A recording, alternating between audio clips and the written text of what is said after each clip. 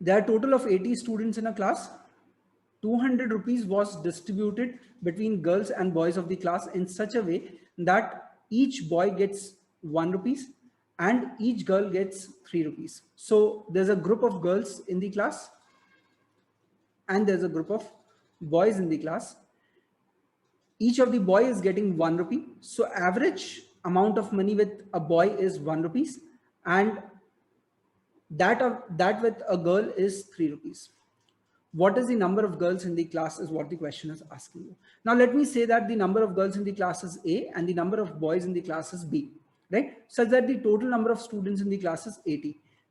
How much was to be distributed? 200 rupees was to be distributed, right? So what is the average amount of money that each of these students will get? 200 divided by 80. So that's going to be equal to what? 2.5 rupees. So each of these students must get 2.5 rupees. So the average of this class will be 2.5 rupees per student. Now girls average is more than the average of the class. So that's going to create a surplus. So 3 minus of 2.5.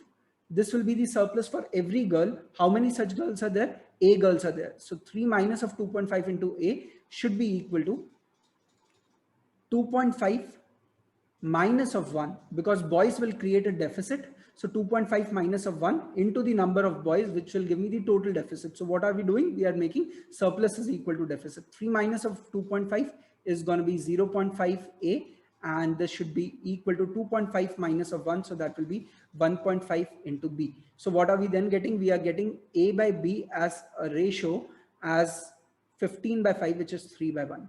So there will be, for every 3 girls in the classroom, there will be 1 boy in the class. That's what the constituent of the class is. And the total number of students is 80. They've asked you the number of girls. That means you will be taking 3/4 of 80 as the number of girls in the class. That should be nothing but 60 girls in the class.